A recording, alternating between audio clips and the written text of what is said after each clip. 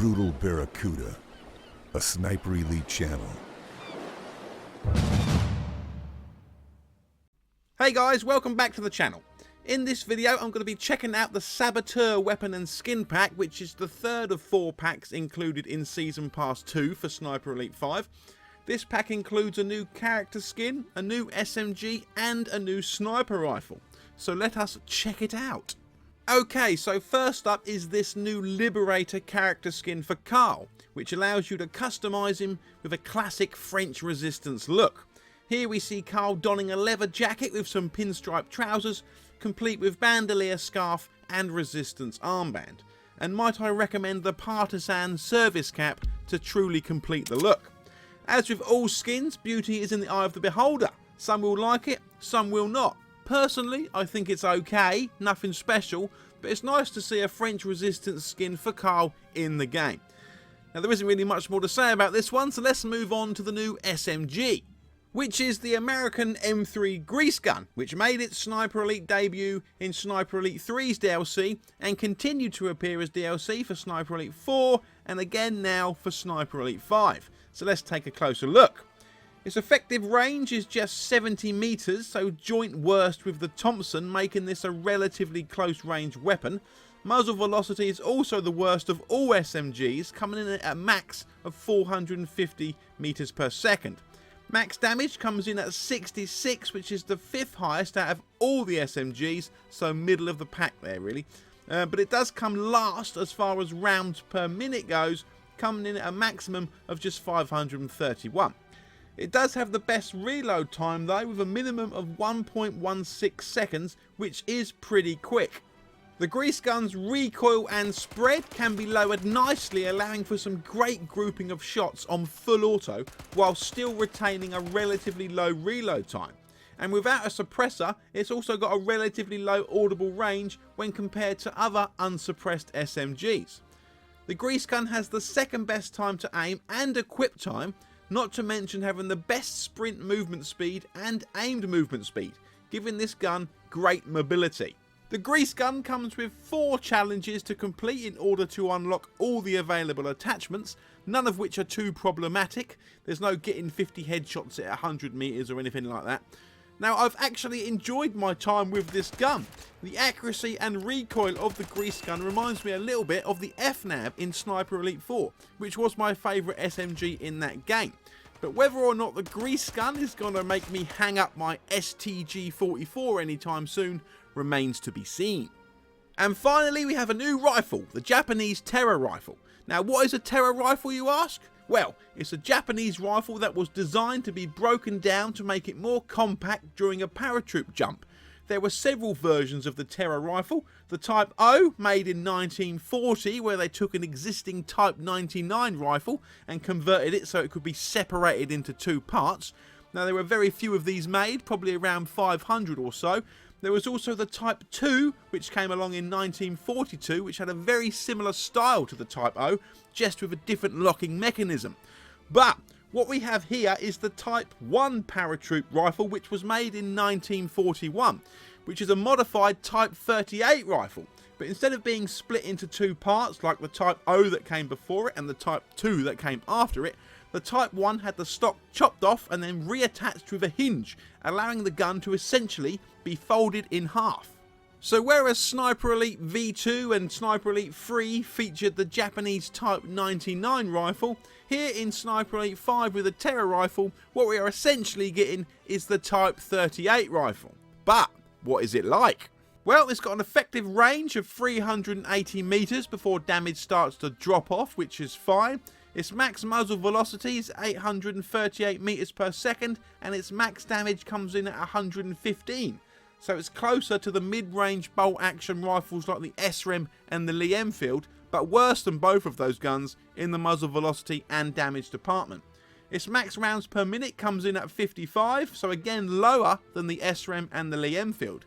Its quickest reload time is 2.25 seconds and its stability matches that of the Lee Enfield. This rifle comes in first place for time to aim though, getting as low as 120 milliseconds. It also has the highest sprint movement speed of all the rifles. But Honestly, take all gun stats with a pinch of salt, because some of them are just flat out wrong. Take for example the Lee Enfield's reload time. The lowest I can get that down to when customising the gun is 4.37 seconds. But when I reload the Lee Enfield in the game, you can see it clearly takes half that time. It does make me wonder how many other stats in the game are also inaccurate. The Terra rifle can have the scope removed so you can use the iron sights, but it does not come with a bayonet. The best zoom is on the T99 scope, which gives us an 8x zoom, or 4x if you're playing on authentic, although it's worth mentioning that currently most of the scopes for the Terra rifle have actually been put on back to front. Cole must have just had one glass of wine too many before customising this rifle. There are also 2 challenges to complete in order to unlock all the available attachments for the Terra rifle. And that is everything included in the Saboteur Weapon and Skin pack. Yet again another skin for Carl, who now has 6 skins altogether.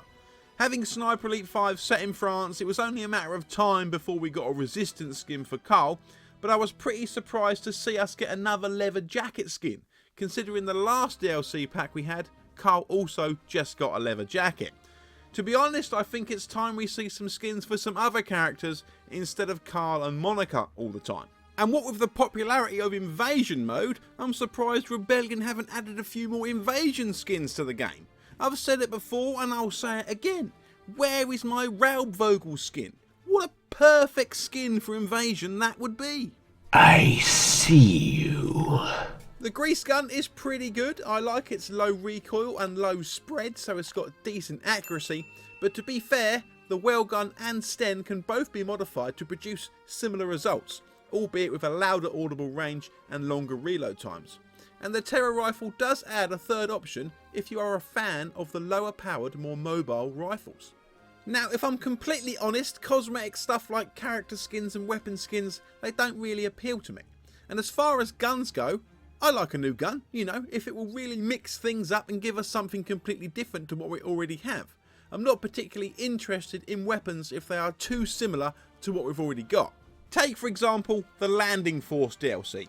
It gave us the Delisle carbine, which was not only an almost silent sniper rifle, it's the only sniper rifle in the game that can have a suppressor and a bayonet equipped at the same time. The Delisle added something to the game. Or take the PPSH, an SMG with an insanely rapid rate of fire. It was different enough, it added something to the game. The Winchester, the only gun in the game that can kill a Jaeger with a single limb shot. The drilling, brilliant, it added a shotgun to the game.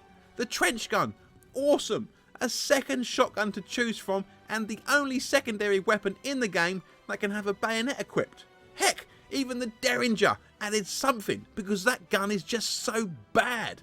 Playing with it makes things much harder, but it's different enough. Even the Pedersen, which may not be everyone's cup of tea, is a sniper rifle that forces us to use the iron sights. It's different. I'm all for guns being added to the game if they are different enough to warrant it and are adding something to the game. But here we have the Terra rifle. What does it really add to the game? Or the grease gun? What does it really bring to the table that isn't already in the game? What makes it unique? Because for me, these guns just aren't different enough. I guess the Terra gives fans of the Lee Enfield and the SRAM another option, which is fair enough. But going forward, if we get a Season Pass free, what weapons can be added that really bring something new to the game?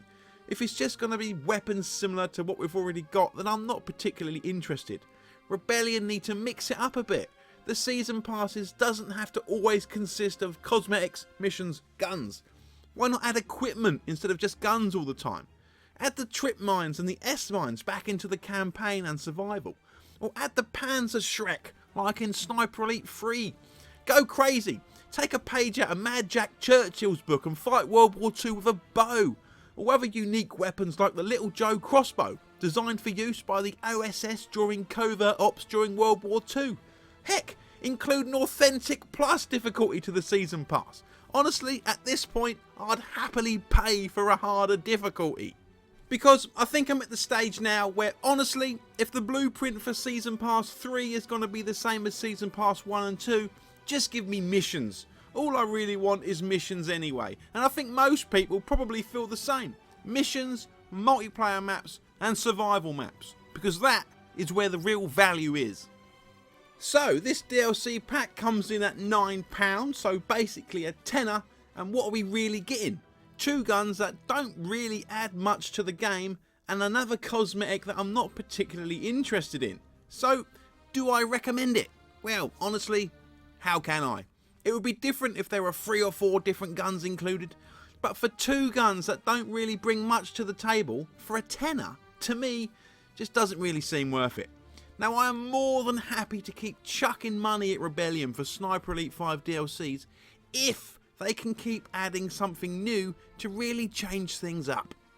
Okay guys, that's going to be it for this video. Now, I ended up having a little bit of a rant here at the end, but that was never my intention. Anyway, let me know what you think of the current state of DLCs that we are getting for Sniper Elite 5. Now, we all want new missions and maps, obviously, but do you want more skins and guns? Or would you like to see other stuff added, like new equipment or a new difficulty? Be sure to let me know in the comments. Okay guys, thanks for sticking around until the end. I hope you enjoyed the video. If you want to support the channel, don't forget to give the video a like. It really does help the channel to grow. This is a dedicated Sniper Elite channel, so hit the subscribe button to be kept up to date on all things Sniper Elite. And if you want to show even more support, you might want to consider hitting the join button and becoming a member of the channel and joining the ranks of my elite spotters here at the end of each video. Either way, thanks so much for watching, and I will see you guys in the next video!